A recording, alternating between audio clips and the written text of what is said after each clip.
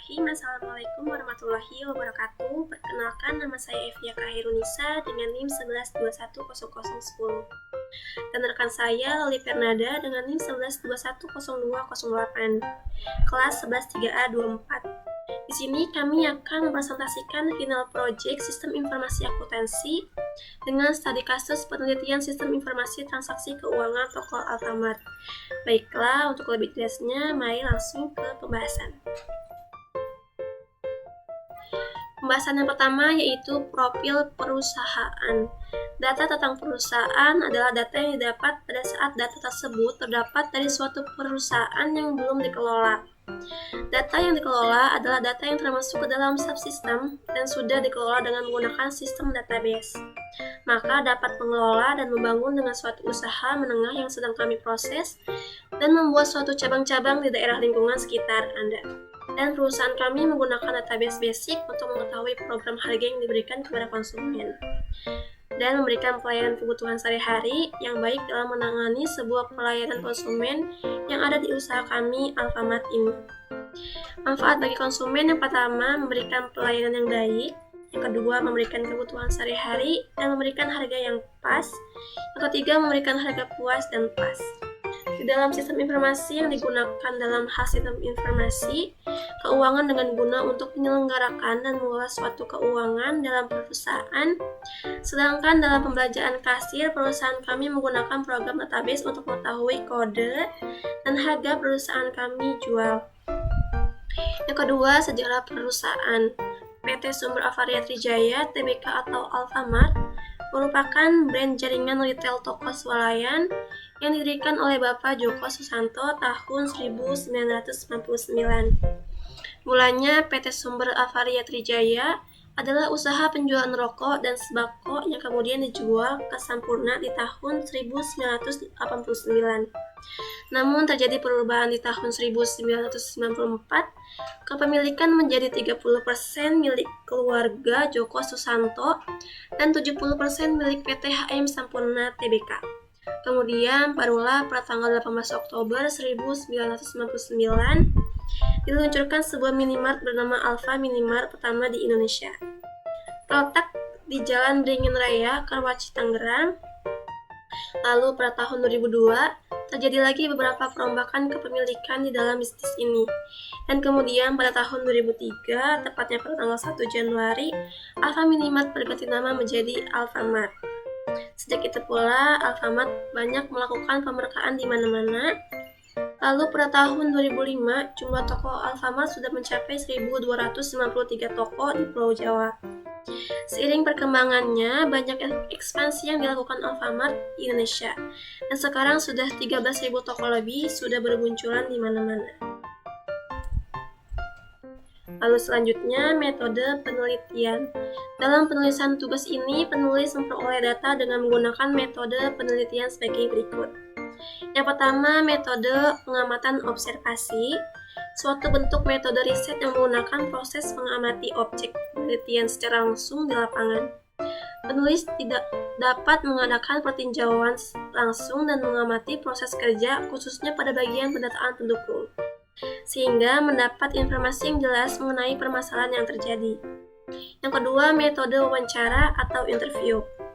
Suatu bentuk riset yang menggunakan proses tanya-jawab secara langsung dan sistematis. Dalam wawancara ini, penulis melakukan tanya-jawab langsung dengan bagian yang berkepentingan, yaitu bagian kasir toko Alfamart.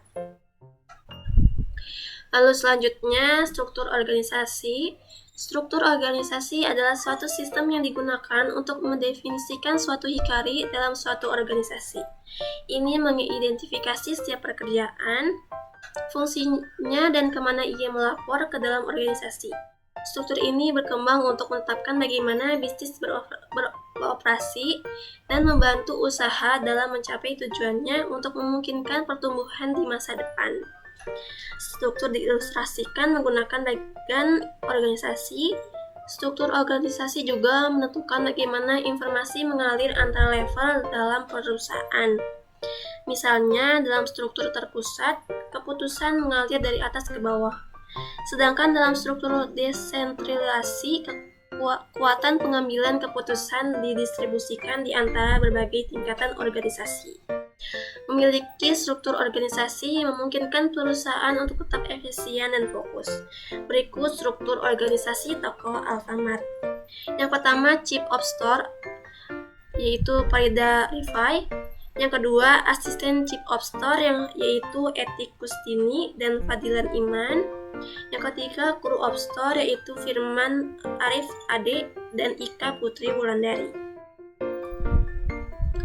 Lalu selanjutnya, berikut ini fungsi dari struktur organisasi toko Alfamart.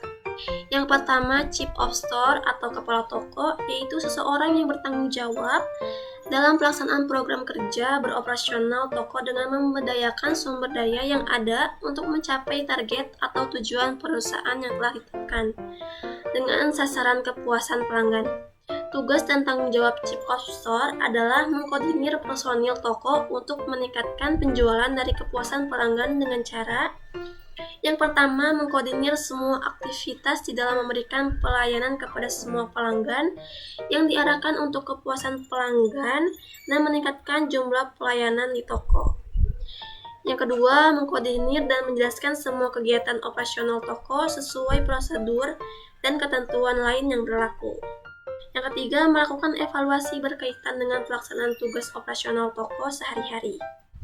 Yang kedua, asisten Chief of Store atau asisten kepala toko, yaitu seseorang yang membantu Chief of Store dalam pelaksanaan program kerja operasional toko sehari-hari. Terima pendelegasian dari Chief of Store tetapi tanggung jawab tetap pada Chief of Store. Tugas dan tanggung jawab asisten Chief of Store adalah membantu Chief of Store dalam penerimaan delegasi tugas dengan cara yang pertama, memastikan semua kerja sama dengan supplier sesuai dengan petunjuk yang ada. Yang kedua, mengkoordinir pembajangan display barang dagang baik di rak-rak penjualan maupun gudang sesuai dengan ketentuan yang berlaku. Yang ketiga, mengkoordinir dan memastikan sarana promosi terpasang sesuai petunjuk.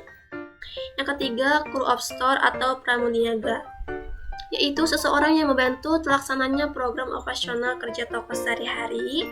Tugas dan tanggung jawab Chief of Store adalah memberikan pelayanan kepada pelanggan, melaksanakan kebersihan, dan mempersiapkan sarana kerja yang diperlukan.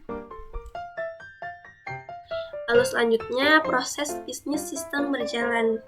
Suatu prosedur atau langkah-langkah yang dilakukan sebelum memulai suatu kegiatan untuk menyelesaikan suatu pekerjaan disebut prosedur sistem. Prosedur pembelian barang di toko Alfamart dibagi menjadi dua cara, secara manual langsung dan pesanan melalui aplikasi dan prosedur pembayarannya. Yang pertama, pembelian secara langsung. Customer dapat langsung ke toko mengambil barang seperti makanan, minuman, peralatan lainnya sesuai kebutuhan lalu membawa ke depan meja kasir untuk memproses pembayaran. Lalu pemesanan melalui Alfagip. Yang pertama, pastikan customer sudah punya akun dan sudah login ke akun Alfagip. Bisa login melalui nomor handphone atau nomor member Ponta. Yang kedua, cari dan pilih produk yang kamu inginkan dengan klik tab produk. Yang ketiga, kemudian ketik produk apa yang kamu cari pada kolom pencarian. Yang keempat, klik tambah basket untuk langsung menambah produk ke keranjang belanja.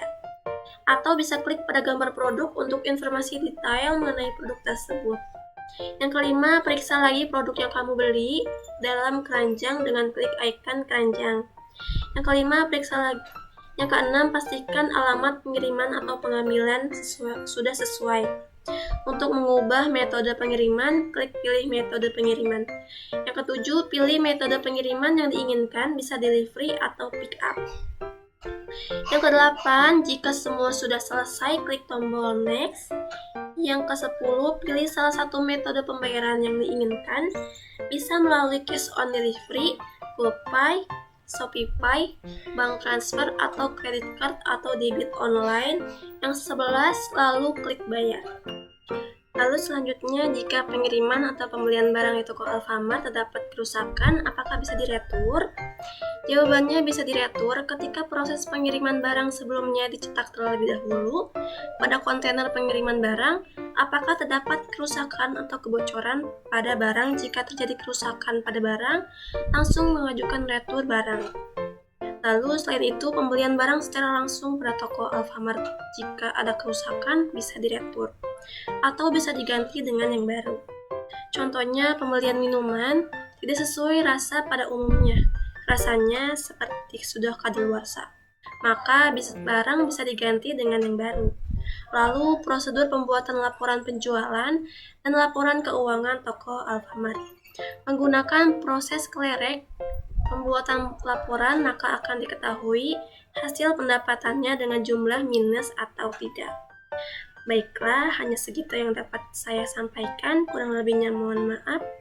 Untuk selanjutnya akan disampaikan dengan rekan saya. Terima kasih.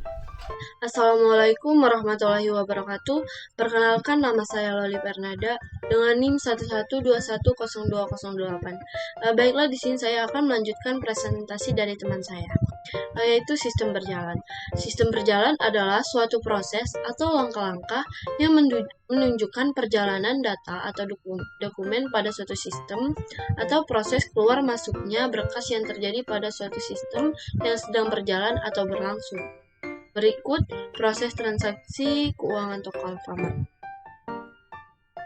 Yang pertama, proses pembelian barang pada toko Alfamart. Tahap pertama, customer itu pergi ke toko Alfamart dan membeli barang sesuai kebutuhan. Lalu, setelah selesai mengambil barang, pergi ke bagian kasir untuk proses pembayaran. Yang selanjutnya, proses pembayaran. Proses pembayaran pada toko Alfamart ini bisa menggunakan berbagai metode pembayaran, yaitu cash, card, memudahkan debit, voucher, dan wallet. Metode pembayaran cash. Customer melakukan pembayaran secara tunai, sedangkan metode pembayaran card bisa menggunakan debit atau kredit. Tersedia dua pilihan, yaitu ATM BCA dan Link. Untuk Link bisa berupa ATM BRI dan Mandiri. Cara customer membayar menggunakan debit ATM BRI. Yang pertama itu, customer memberikan kartu debit ke bagian kasir. Setelah itu, bagian kasir menggesek kartu debit ke mesin edisi. Lalu, customer memasukkan PIN ATM. Yang selanjutnya, bagian kasir menginput jumlah nominal transaksi. Lalu muncul dua struk pembayaran, satu untuk customer dan satu lagi dipegang oleh kasir sebagai tanda bukti. Lalu proses pembayaran pun selesai.